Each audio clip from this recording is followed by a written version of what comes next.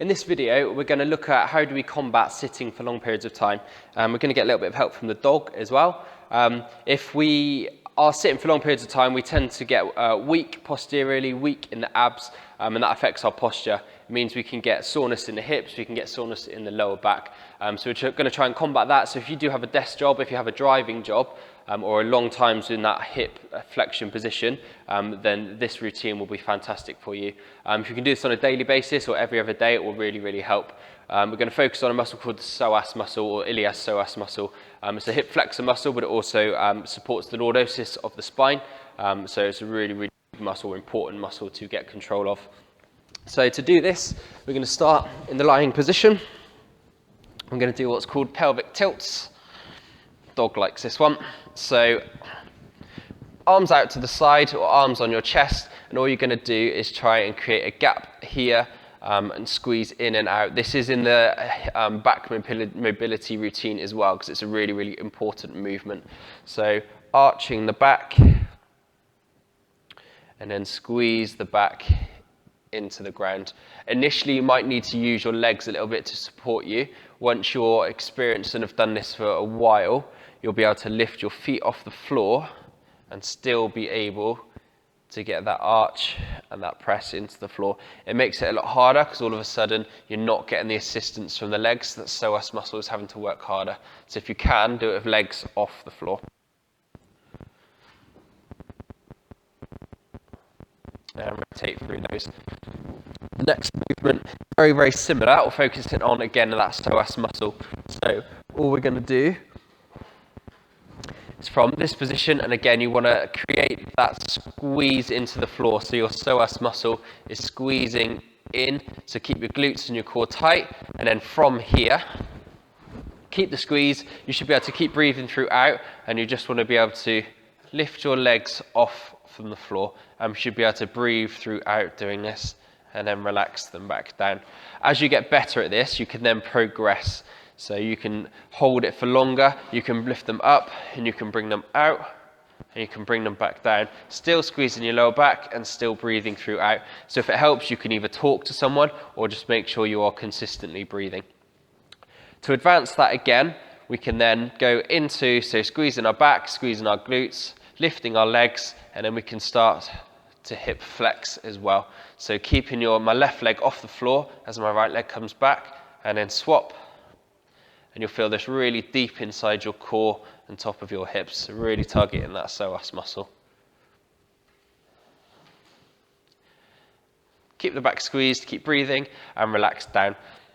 To progress that even further, you can then band around your legs. So as you come up, you're pulling on the band. So band around each foot just to create that resistance.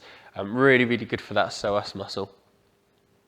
From this position, we then want to come up onto our knees.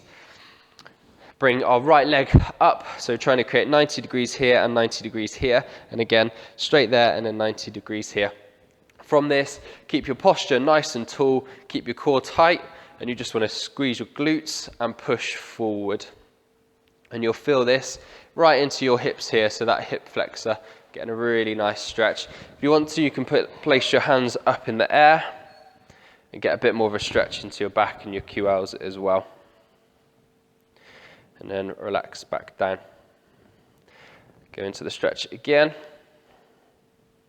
And come back to neutral and relax. If you then swap over, so left leg up, and then lean forward and feel it on your right hip flexor this time. And then again, hands up. Really feel that squeezing up into that hip flexor and psoas muscle. And then relax back down. We can then, same position, for this one you will need a soft surface, so either a pillow underneath your knee or just on a yoga mat like I am now. Same position, and then all you want to do is drop back and lift your leg up as you pull forward. You'll feel this pull more down into your rectus femoris or the middle of your quad, as well as your hip flexor. Again, being in that hip flexion position for long periods of time during the day, it can get quite sore and quite tight. And then swap over. Again, reach back, pull up as you push forward. And again, you might find that one is tighter than the other, depending on, especially if you drive, depending on how you sit.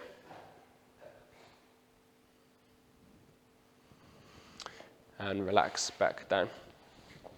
We're then going to try and focus on glute strength. So when we do sit, or if we're in a car for a lot, we tend to sit slightly laterally rotated. It means our glute medius is the one that sits on the outside. They get very tight and they switch off and become quite weak. So we want to try and activate those. So to do that, you can use tennis balls to set targets for you, or you can just imagine targets around you. So all we want to do is stand on one leg. So glute med is really important for knee stability. So straight away you can see that my knee is just slightly wobbling, and that is absolutely fine. So that glute med is working quite hard to keep it there.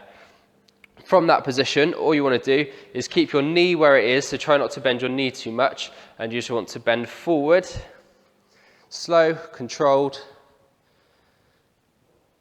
and touch your toe. And again, you can see my knee and my ankle working quite hard as my glute med is reacting to my balance. To start with, you'll find this quite difficult, and already I'm starting to feel it fatigue in my glute med a little bit, so just on the outside of that hip. And then swap over, and again you'll find differences. Tends to be the right gets tighter if you're driving a lot, but you try it on both feet, and you'll find that one is probably a little bit easier or a little bit stronger than the other. Again, nice and slow. Try and get 5 reps. Although to start with, this might be quite difficult, so work your way up. You get to a point where you start to feel it fatigue, and then swap legs. To advance this, you can then place tennis balls all around you. So if you have one in front of you, one to each side, and one behind you, and then all we're going to do from here is onto one leg, and then with the opposite leg, so in this case my right leg's working, my left leg is going to go forward, and it's going to touch the ball in front of me. It's then going to go back and touch the ball behind me. It's then going to go out, touch the ball to the left, and this whole time my right glute med and my right knee is working quite hard, so you can see it moving and adjusting. And then I'm going to go over to the side and touch outside of there. That one is the hardest one and the best one. So again, repeat on both legs. The whole time, if you notice, my movements are really slow and really controlled. So my knee is wobbling, but that's good, it's adjusting. If I'm not all over the place, I'm nice and slow and controlled, so I'm allowing my muscle to cope with that movement and to deal with it. So again, I'm going to go out and touch that one. We go to the back. And the better you get at this, you can then progress and you can move the balls further away from you. So if I was to put the ball there, that's quite a challenge. But if I was to go right out and touch the ball there, already you can see my knee is having to work a little bit harder, and there's more movement in it.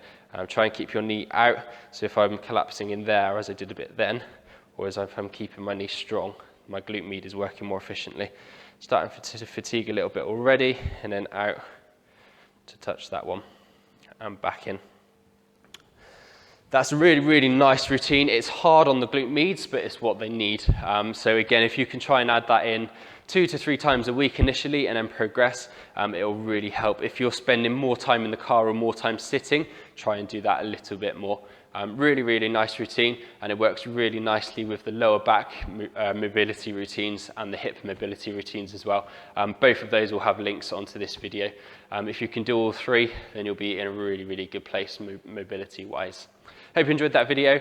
Check out more of our content on our page or on our website as well.